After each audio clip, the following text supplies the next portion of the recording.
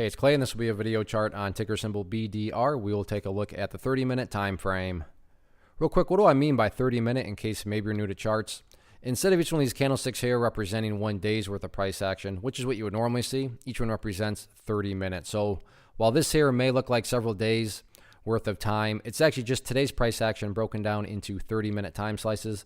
I like to do this time frame. I think it's a good job of telling the quote-unquote story of the price, and then makes mapping out levels of support and resistance a bit easier to see. I did this analysis yesterday, so that's where these green and red line annotations are coming from. So first thing I'm going to do is a little house cleaning here and go ahead and get rid of these lines. Sure, they still pertain, but they're not really relevant right now. And from a presentation standpoint, I don't want to risk causing confusion and clutter because there's lines all over the place. So let's just try to keep this as clean as possible. The first update, though, that does need to be made comes about from a foundational rule in charting, which states when levels of resistance are broken and closed above, you want to see them act as support. So for those of you that did watch yesterday's video, hopefully you remember me talking about right there around that 90-cent mark as a level of resistance. But now that the price is up above it, this would be that ideal level of support that you want to see the price hold up above going forward. Now, if the price falls down below that 90-cent mark, am I saying that the chart's totally ruined? I'm not, because from the big picture perspective, you still would be up above that purple line right there, which is the famous 50-period simple moving average. Keyword being moving. As time goes by,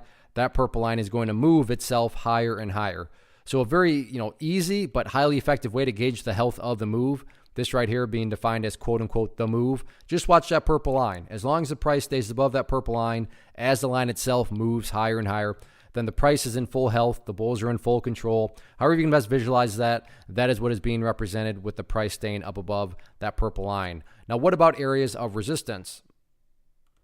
Short-term wise, that key level of resistance looks to be right here around the $1.15 mark. If the price can push through $1.15, then really things open up quite a bit. You could have some potential right around $1.20, but after $1.20, this one has shown it can move.